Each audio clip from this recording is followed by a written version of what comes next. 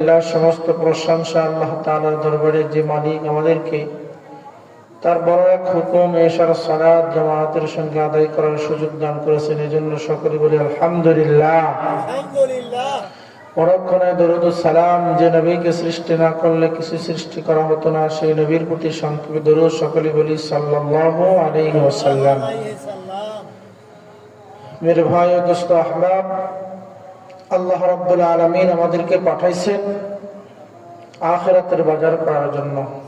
কথা বলেন ঠিক না ঠিক? আখিরাতের বাজার যদি দামি হয় তাহলে আমরা দামি হয়ে কবরে যাইতে পারবো। দামি জান্নাতটা আমরা পাবো। দামি জান্নাতের চাবিটা আল্লাহ তাআলা আমাদেরকে দিয়ে দিবেন। বলেন সুবহানাল্লাহ। আমরা দুনিয়াতে দামি হওয়ার জন্য আল্লাহ এবং আল্লাহর রাসূলের কথাগুলা শুনে তাদের কথাগুলা বাস্তবায়ন করে আমাদের জীবনকে আল্লাহ ওয়ালা বানায়া, মুসলমান বানায়া কবরে যাওয়ার জন্য প্রস্তুতি গ্রহণ করতে হবে।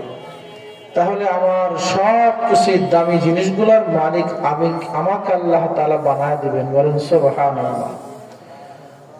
হায়াতের মালিক আল্লাহ, মউতের মালিক আল্লাহ, রিজিকের মালিক আল্লাহ, সব কিছুর মালিক আল্লাহ।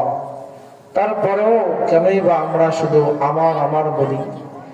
কেনই বা আমি আল্লাহ তাআলার হুকুম মানতে চাই না? কেন বা আমি নবীর সুন্নাত তরিকা মতো জীবন চালাইতে চাই না?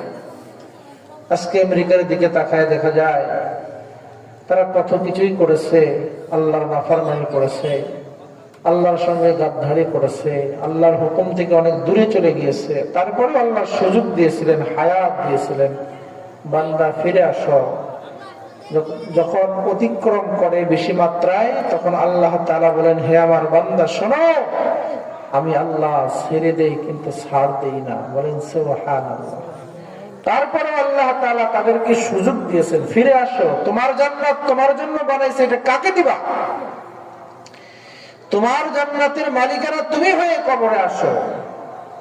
তোমার জান্নাতের তালা খোলার চাবি তুমি সংরক্ষণ করে কবরে আসো।